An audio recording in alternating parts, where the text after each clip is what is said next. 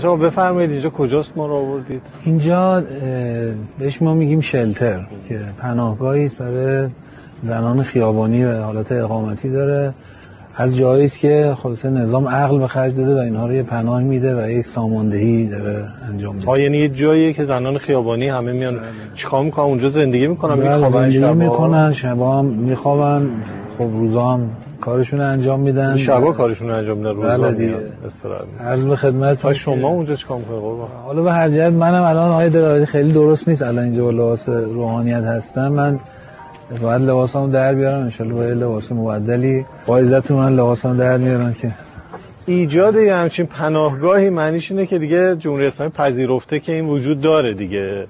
یعنی یه عمری باش مبارزه میکنه. عاقلانه است، به نظر من عاقلانه است که ما اتفاقا داشته باشیم جاهایی رو که بتونیم کنترل بکنیم. از دوستان تقاضا میکنم که اینجا این طرفتر نیان، چون که اینجا شما اجازه ندارید. شما میخواید برید داخل؟ بله شما اجازه ندارید. فقط ما نامحرمیم. بله شما نامحرمید. ان شما روحانیت همه جا میتونه بره. نوبت ما که میشه اینطوری میشه. ما منتظریم دیگه برگردید. یا علی